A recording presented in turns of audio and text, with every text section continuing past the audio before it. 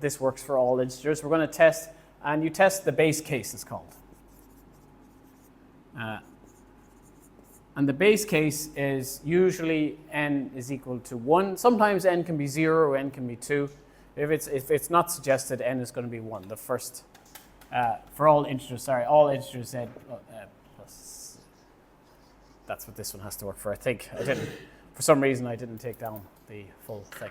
Okay, so the base case of all positive integers, the first one's 1. Okay, because 0 doesn't count as a positive integer. Okay, so let's test it works for 1. So what do I sub it into? Test n is equal to 1. What do I substitute it in for? Well, I'm always thinking I want the left-hand side of the equals, the equal sign to equal the right-hand side of the equals, and then I've proved it true. So what I'm going to do is I'm going to sub 1 into this, sub 1 into this, and hope I get the same answer on both sides. Well, you kind of already subbed in 1 into this here, but we can do the left-hand side. 1 over 1 plus 1 factorial is 1 over 2 factorial. And does that equal the right-hand side here? 1 minus 1 over 1 plus, lots of 1s. So I've replaced the n with 1. And that's 1 minus 1 over 2 factorial.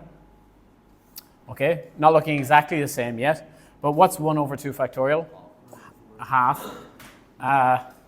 And then what's 1 take away a half? Also a half. Okay. So it's worked. So the left-hand side does equal the right-hand side, so it works for the base case. So true for n equal to 1. The base case is the first case. The first number you can sub in of this. So sometimes they might say for n greater than or equal to 2 or something like that, and then you start with 2. Or n greater than or equal to 0, and then you start with 0 as your base case. Usually, though, it's 1. Start with 1. Okay, so that's the first thing you do. Done. The second thing I do, I'm going to rub this out so you can, if you want to take this down, you can, is we're just going to assume it's true for n equal to k, because we already proved it's true for n equal to 1. We're going to assume it's true, and then we're going to prove it again here for n is equal to k plus 1. And you always go through these steps. Okay.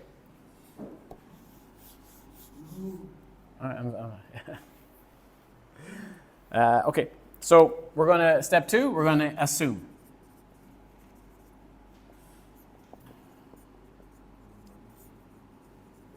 N equal to k. So how do I write that out? Well, basically anywhere there's an n in the previous one, I'm now going to put a k. Anywhere there's an n in my original thing I'm trying to prove, I'm just going to put a k. And then I'm just going to leave it like that for this case. So I'm rewriting this with a k.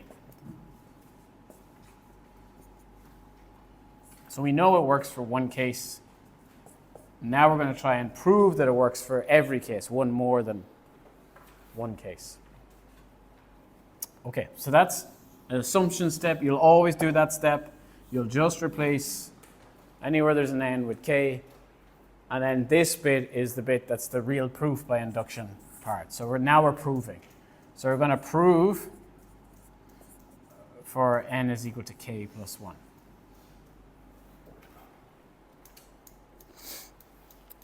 So this is the bit where you use your algebra skills to make the left-hand side equal the right-hand side.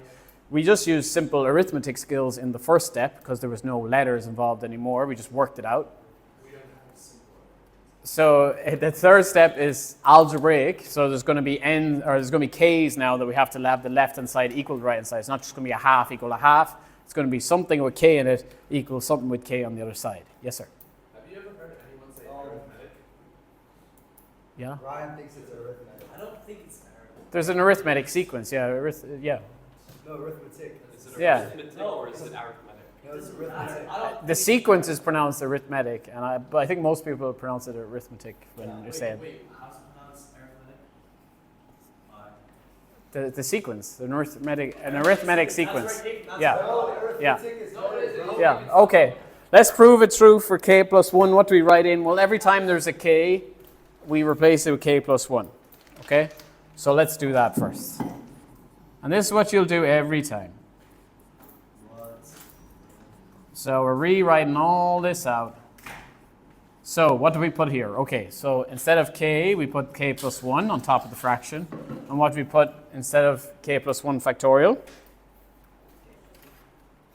Oh, I've done that wrong, sorry. All right, this is a sequence, so this is already in the step. I just put the next term in the sequence. I've done that wrong, sorry.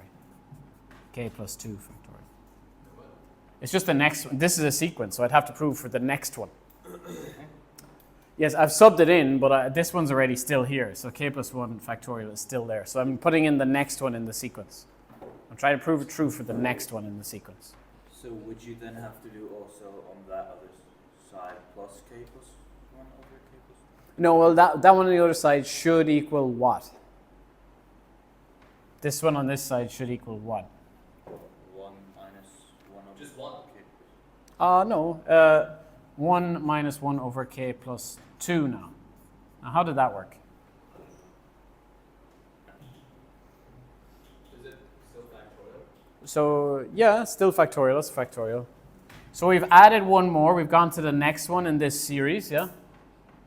And we're trying to show that this works as one more. So K plus 1 plus 1. You can write this if you want to have, if you're not sure, 1 over K plus 1 plus 1. So there's a K plus 1 put in instead of the K. So, right, we have to prove this. How do we do that? It's not a whole pile to go on so far. But something you always use is your assumed step for the next step. It's called the induction hypothesis. It's not necessary for you to remember that. But I'm going to, at some stage, almost every time, substitute in the assumed step into what you've just created in the prove step. Do you do K equals N equals 1? K equals N equals 1? No. As in a combination of these? No, not what I've written here. What I've written here. So if you notice that this is contained in this one as well, yeah? And it has equals to something. Because it's very hard to, you could try and create a series here, but it might be a bit messy. But I think, so this is in the assumption step, and it's written that it's equal to this. So this is the induction hypothesis where we replace this bit in for this, and that's what we try and actually prove. Okay, so, and this what you'll always do. So this is a step that will always happen. So when you write the assume bit, you're going to place it in your prove bit somewhere. You're going to look for the substitution where I can put the right-hand side in here into the left-hand side in the prove bit, and then work it out. Now, I haven't worked it out yet, but can you see that if I put 1 minus 1k plus 1 factorial plus k plus 1 over k plus 2 factorial, I now need to prove this, which is it's not great, but it's looking a little bit easier because I don't have these dot dot dots anymore. I'm just trying to now look at the left-hand side and the right-hand side. I'm going to try and work the left-hand side so it equals the right-hand side now. And this is where your algebra manipulation, and quite often they do contain factorials. That's what I'm trying to show. Well, really we're trying to show that these two fractions combined equal this fraction. Because 1 minus on both sides.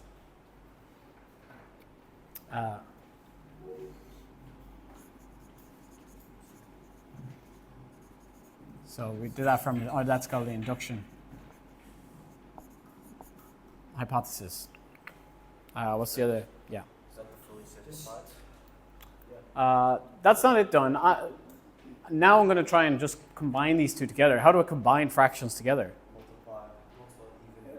Yeah, you want a same denominator. So what denominator do I want? K plus 2 factorial. So how do I make this k plus 2 factorial? What do I need to multiply it by? Well, no. So yeah, if I multiply this by k plus 2, isn't that k plus 2 factorial? Yeah, because it's Because at the moment, like, if this was 3 factorial, how do I make it 4 factorial? Well, I multiply it by 4, and then it's 4 factorial. So I have 1, and I'm going to put k plus 2. Now I have to multiply the top by k plus 2 as well, times k plus 1 factorial, plus k plus 1, k plus 2 factorial. Now, because now this is the one before it, so that becomes k plus 2 factorial. It makes sense, but at the same time, Hmm? Now they have the same denominator, so now they can be combined.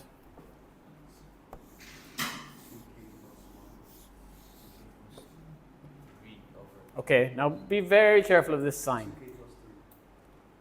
Oh, it's like, yeah, okay. Yeah. It's just negative 1 over. Well, let's see. If I combine over k plus 2 factorial, there's still 1 out here.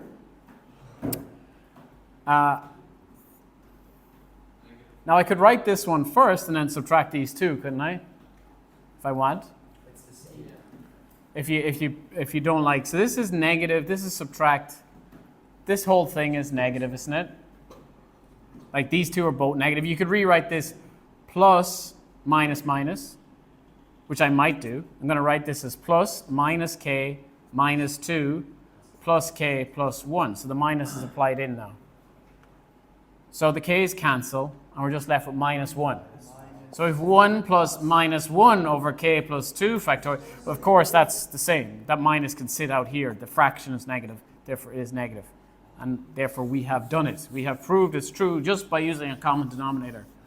And that the left-hand side now, that's all the same the whole way down. So Okay. you just, with this topic, you just have to be creative. Yeah, well, yeah, it's you will always use the assumption or the assume step or the induction hypothesis. There's a few ways of calling the same thing from the assume step. You'll always use this and put it in here to the prove step, and then you'll just try and get the left-hand, using your algebra skills, left-hand side equal right-hand side. There's slightly different styles of ones which are divisible, where you might have to use a little trick, which I'll show you in the second one to do. There is a statement here, then the end, as long as you say something like this, the statement is, therefore, that's therefore again. 3 dots in a triangle. Statement is, yeah. You can say the statement is true by the principle of mathematical induction. Will it ever actually be wrong? No, they're going to ask you to prove something that can be proved. They're not going to ask you something can't. So that's